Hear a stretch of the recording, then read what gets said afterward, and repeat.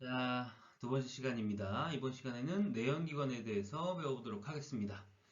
자, 지금 시간이 한 12시 40분쯤 됐는데요. 그래서 그런지 선생님 눈이 조금 이렇게 감겨져 있는 것 같네요.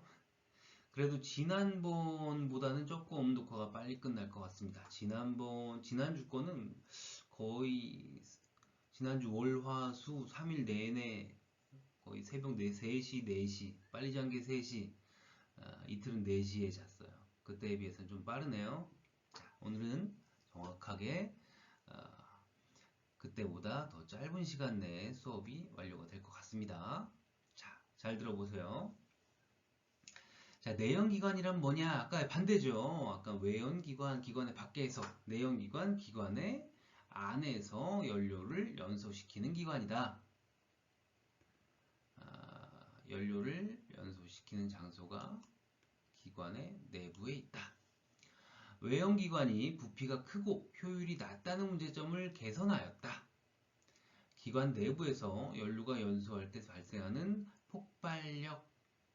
아까 외형기관은 어떤 힘으로 돌아갔죠? 물을 끓여서 나온 증기의 힘으로 돌아갔죠.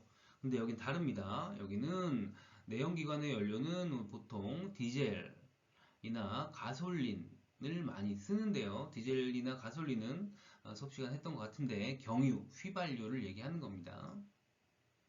이 연료들을 연소시켰을 때 뭐가 발생하나요? 폭발력이 발생합니다. 이 폭발했을 때 그 팽창가스의 운동 에너지를 가지고 기관을 작동시키는 게 내연기관입니다. 내연기관은 그 형태에 따라서 여러 가지로 분류를 할 수 있습니다. 예를 들면 행정으로 나눴을 때 이행정기관, 사행정기관 이런 식으로 나눌 수도 있는데 여러분이 배우는 이 교과서에서는 그 분류는 나오지 않아요. 그래서 간단하게 가솔린 기관과 디젤 기관 뭐에 따라 나눈 걸까요? 연료에 따라 나눈 거죠. 연료에 따라 나눈 가솔린, 디젤 기관에 대해서 알아보려고 합니다. 그 중에 먼저 가솔린 기관에 대해서 해볼까 해요. 디젤 기관은 나중에 여러분들이 학교에 왔을 때 그때 조금 정리를 해주고요. 지금은 가솔린 기관만 먼저 하겠습니다.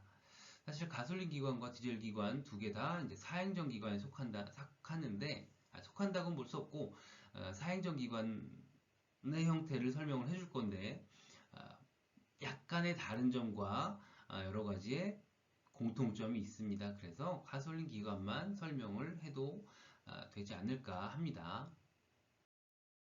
자, 여기에 보이는 이것이 자동차 엔진 내부입니다. 자동차 자, 우리 흔히 도로에서 다니는 수많은 자동차들을 볼 수 있죠. 이 자동차의 앞쪽 부분에 있는 본넷을 이렇게 열어보면 그 안에 우리가 엔진이라고 부르는 부분이 있어요. 그 엔진을 뜯어보면 몇 개의 실린더로 구성이 되어 있는데 이 각각의 실린더는 이런 형태로 생겼습니다. 자, 이 실린더가 있고 아까 뭐였죠? 회전력을 얻는 거였죠? 자, 여기 보면 요 아래 이 동그란 요것이 크랭크 축입니다. 요 축을 회전을 시키는 건데 이 회전을 시키기 위해서 이 위쪽에 있는 요것이 피스톤입니다. 피스톤이 위아래로 올라갔다 내려갔다 하는 운동을 합니다. 근데 이 피스톤이 제일 위로 올라갔을 때 그 점을 우리는 상사점이라고 하고요. 제일 아래까지 내려왔을 때 지점을 우리는 하사점이라고 하는데 이 상사점과 하사점 사이의 이 거리를 우리는 행정이라고 불러요. 그래서 피스톤은 총 4번의 행정을 합니다. 이렇게 피스톤이 처음에 한번 내려갔다가 올라갔다가 내려갔다가 올라가면 다시 1번, 2번, 3번, 4번 이 4개의 과정을 거치면 다시 이쪽으로 돌아옵니다. 1번, 2번, 3번, 4번 다시 1번, 2번, 3번, 4번 이것을 끊임없이 반복하는 게 이 기관의 특징이 되겠습니다.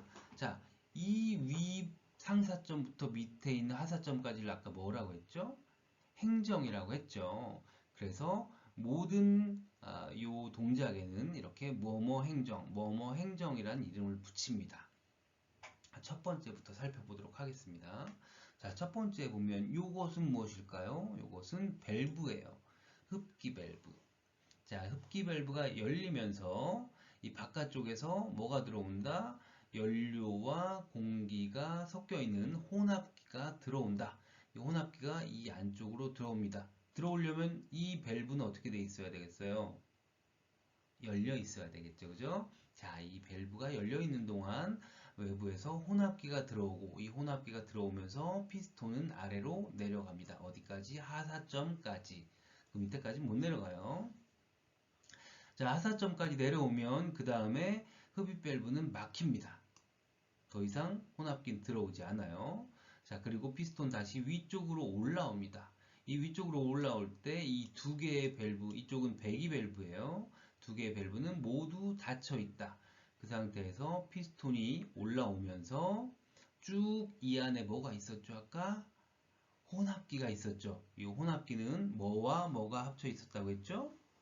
공기와 연료가 합쳐 있다고 했죠. 이것을 혼합기라고 해요. 이 혼합기를 쫙 밀어내면서 압축을 시킵니다. 그래서 이 압축된 상태에서 이 피스톤이 상사점까지 오면 누가? 이게 뭐냐면 점화 플러그라는 거예요. 점화 플러그. 뭐 하겠어요? 점화 플러그가. 점화하겠죠. 그죠? 이 압축된 혼합기에다가 점화 불꽃을 촥 튀겨줍니다. 전기 불꽃 스파크를 튀겨주면 굉장히 압축되어 있는 이 혼합기는 뽕 하고 터지겠죠. 그럼 뽕 하고 터졌는데 밸브가 두 개 다 여전히 막혀 있어요.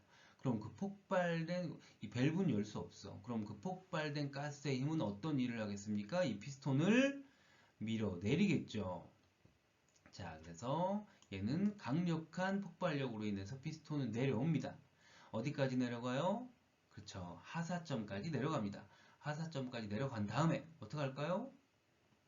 자, 그 다음엔 피스톤 올라오겠죠. 그죠? 다시 피스톤 올라옵니다. 올라오면서 누가? 흡기 밸브는 그대로 닫혀 있고 배기 밸브가 열리게 됩니다. 배기 밸브는 열린다. 그러면은 이 폭발가스는 어디로 나가겠어요? 당연히 이 배기 밸브 쪽으로 배출이 되겠죠. 자, 쭉 배출이 됐어. 그럼 피스톤이 어디까지 오겠어요? 상사점까지 오겠죠. 상사점까지 오면은 다시 배기 밸브는 닫히고 흡기 밸브가 열리면서 어디로 들어갑니까? 여기 1번으로 들어가지요. 자, 1번으로 들어오면 다시 흡입 밸브가 열리고 흡기 밸브가 이렇게 열리고 바깥에서 누가 들어온다? 연료와 공기가 합쳐져 있는 혼합기가 들어온다. 다시 한번 해보겠습니다. 한 번만 더. 자, 흡기 밸브가 열리면서 혼합기가 들어오고 피스톤은 내려간다. 어디까지? 하사점까지. 그 다음에 두 개의 밸브가 모두 닫혀져 있는 상태에서 피스톤은 위로 올라온다. 어디까지? 상사점까지. 자, 그런 다음에 상사점에서 피스톤이 상사점에 도달했을 때 무슨 일이 벌어진다? 점화 플러그에서 불꽃을 튀겨준다. 스파크를 튀겨주면 이 스파크에 의해서 압축된 혼합기는 펑 하고 터지게 되고 이 펑 하고 터진 이 팽창 가스의 힘은 피스톤을 아주 강하게 밀어내립니다. 자, 하사점까지 간 피스톤은 다시 어떻게 해요? 위쪽으로 올라오게 되면서 연소하고 난 가스를 이미 일을 하고 난 힘이 빠진 가스를 어디로 내보낸다? 배기 밸브가 열리면서 바깥쪽으로 밀어낸다. 자, 이렇게 그런 다음에 어디로 간다? 다시 흡입 행정으로 간다. 흡입. 자, 그 다음에 두 번째 뭐라고 했어요? 압축만 하는 거야. 혼합기를 압축하니까 여기는 압축 행정이라고 부른다. 그 다음에 두 개의 밸브가 닫힌 상태에서 뭐가? 점화 플러그가 전기 불꽃을 만들어 준다. 그랬을 때 혼합기는 뻥 하고 터진다. 자, 터지기 때문에 여기는 폭발 행정이라고 부릅니다. 자, 다시 마지막은 이 연소된 가스를 배기 밸브가 열리면서 바깥으로 배출하기 때문에 여기 뭐라 한다? 배기 행정이라고 부른다. 이거 외워야 됩니다. 흡입 행정, 압축 행정, 폭발 행정, 그리고 배기 행정. 다시 다시 흡입행정, 압축, 폭발, 배기, 흡압, 폭배, 흡입, 압축, 폭발, 배기가 끊임없이 순환을 한다. 자, 몇 개의 행정입니까, 총? 흡입, 압축, 폭발, 배기. 4개의 행정이죠. 그래서 4행정이 순환한다. 사이클 기관이라고 부릅니다. 다시 4행정 사이클 기관이라고 부르는 것이 바로 이 기관의 이름입니다. 이 기관은 가솔린 기관이면서 4행정 사이클 기관이라고 부릅니다. 자, 이때 이 축이 돌아간다고 했죠? 이 축의 끝에 뭐가 달려 있을까요? 자, 이 축의 끝을 따라가다 보면 결국에는 맨 끝에 자동차의 존재 이유는 뭡니까? 자동차는 수송기관이죠. 자, 이 축의 끝에는 바퀴가 달려있죠. 이 바퀴가 돌아가는 건 바로 이 엔진에 있는 이 실린더에 있는 피스톤의 움직임에 의해서 바퀴가 돌아가는 거고, 이 피스톤은 결국 누가 움직이는 겁니까? 흡입 행정일까요? 압축 행정일까요? 폭발 행정일까요? 배기 행정일까요? 폭발 행정이죠. 자, 이 모든 자동차의 동력의 근원은 어디다? 물어보면 폭발 행정입니다. 라고 대답을 하시면 됩니다. 자, 아까 그림보다 조금 더 쉬운 그림이 있어서 하나 더 가져와 봤습니다. 아까 얘기한 것처럼 연료와 공기가 혼합된 가스가 들어가고 내려가고. 그럼 그것도 알아야 돼요. 흡입 밸브일 때 피스톤 올라갈까요? 내려갈까요? 흡입하니까 당연히 혼합기가 들어오면서 피스톤 내려간다. 그럼 폭발 행정할 때는 피스톤이 내려갈까 올라갈까? 피스톤이 뭔지도 모르면 안 돼요. 요 아이가 피스톤입니다. 피스톤이 내려갔다가 올라갔다가 내려갔다가 올라갔다 이렇게 하죠. 폭발 행정할 땐 피스톤 올라갈까요? 내려갈까요? 당연히 내려갑니다. 소리. 자, 전기불꽃에 의해서 혼합기가 펑 하고 터지면서 이 팽창 가스의 힘은 피스톤을 밀어내린다. 그쵸?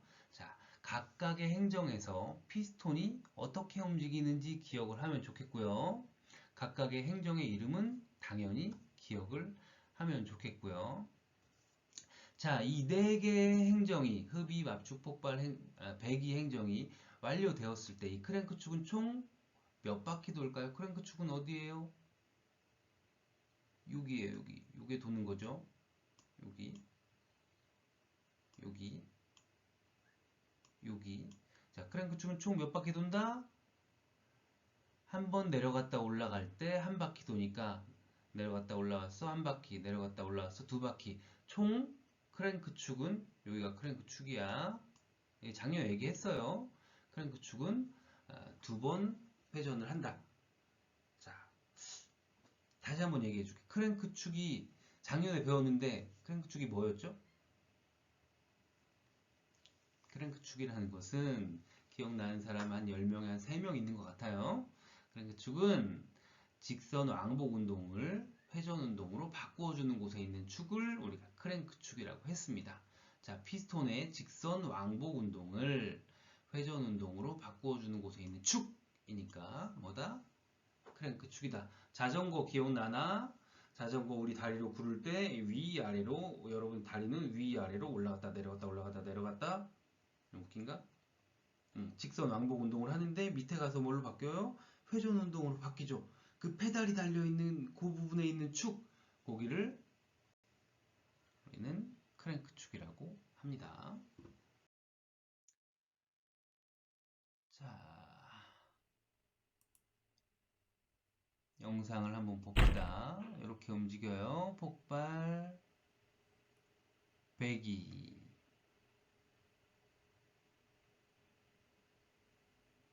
다시.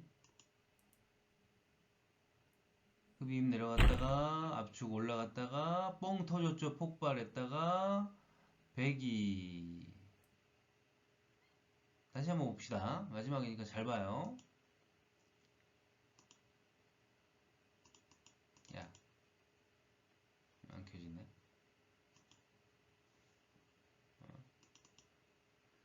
자, 그럼 설명해 줄게요. 자, 자, 흡기 밸브 열리면서 내려간다. 흡입.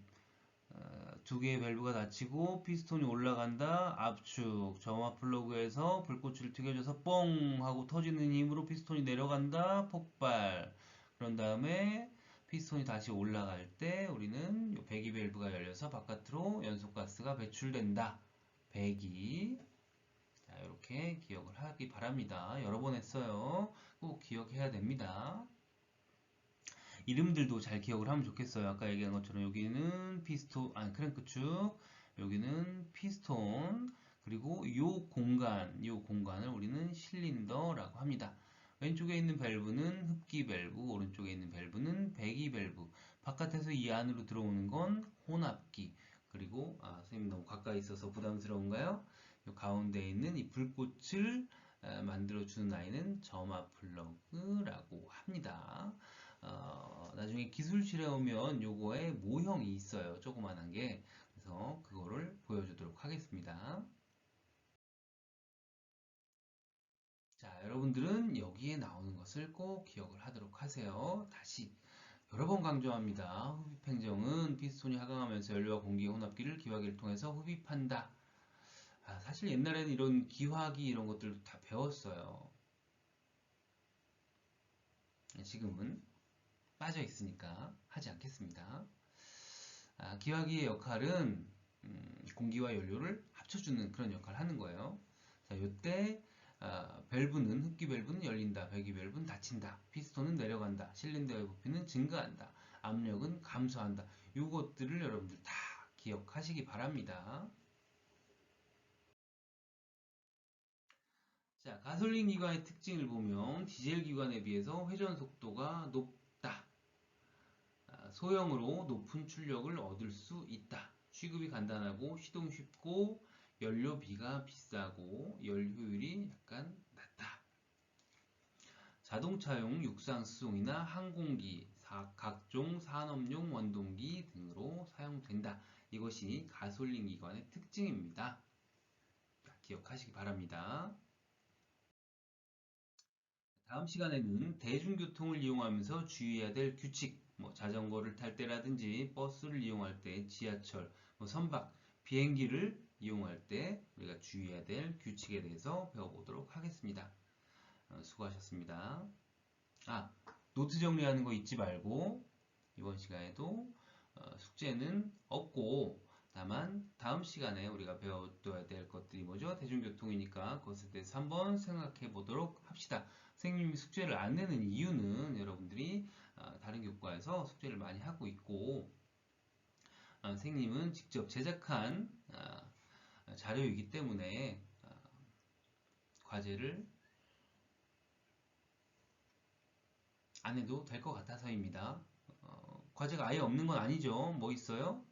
노트 정리 있습니다. 여러분들 계약하게 되면 노트 다 한번 확인해 보도록 하겠습니다. 이상입니다.